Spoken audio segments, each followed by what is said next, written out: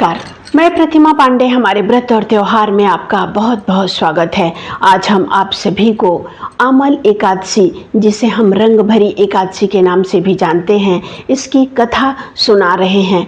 इस कथा को सुने बिना एकादशी व्रत पूर्ण नहीं होता है, इसीलिए आप एकादशी तिथि पर एकादशी व्रत की कथा को अवश्य सुने। कथा इस प्रकार है। वैदिक नामक नगर में चंद्रवंशी राजा राज्य करते थे। वो राजा भगवान विष्णु के परम भक्त थे और एकादशी का व्रत किया करते थे। एक बार सभी नगरवासी एकादशी का व्रत रखकर भगवान विष्णु की विधि विधान से पूजा कर रहे थे। उसी समय एक शिकारी वहाँ पर आ गया। शिकारी ने जब देखा कि पूरे नगर के लोग भगवान विष्णु की पूजा और उनकी मंत्र का जाप आराधना कर रहे हैं, तो शिकारी भी वहाँ पर रुक गया और रात्रि जागरण करने लगा।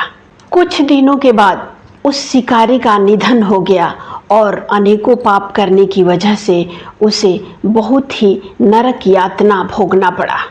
लेकिन एक बार शिकारी अनजाने में ही आमल एकादशी व्रत की कथा सुनी थी और रात्रि जागरण किया था, जिसकी वजह से उस शिकारी को कथा सुनने की वजह से शुभ फलों की प्राप्ति हुई। आमल एकादशी व्रत की कथा सुनने के फलस्वरूप जब शिकारी की मृत्यु हुई तो उसका जन्म एक राज परिवार में हुआ और उसका नाम बसूरथ रखा गया।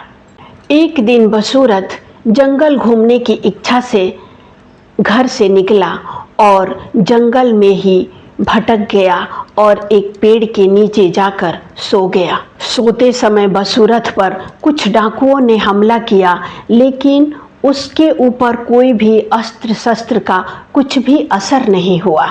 बसूरथ उसी तरह पेड़ के नीचे सोता रहा। जब आँख खुली तो देखे कि हमारे आसपास बहुत सारे लोग मृत्यु पड़े हुए हैं। उसी समय आकाशवाणी हुई कि हे वत्स, भगवान विष्णु ने स्वयं आकर आपकी जान बचाई है। पिछले जन्म में आपने आमल एकादशी के कथा को सुने थे और रात्रि जागरण किया था। उसी के पुण्य फल के स्वरूप इस समय भगवान विष्णु ने स्वयं आकर आपकी रक्षा की।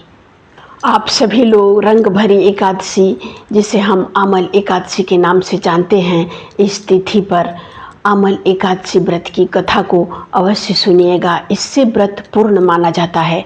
आप और आपके परिवार पर भगवान विष्णु और लक्ष्मी जी की कृपा सदैव बनी रहे, इसी कामना के साथ अगले वीडियो में हम फिर एक नई जानकारी के साथ उपस्थित होंगे।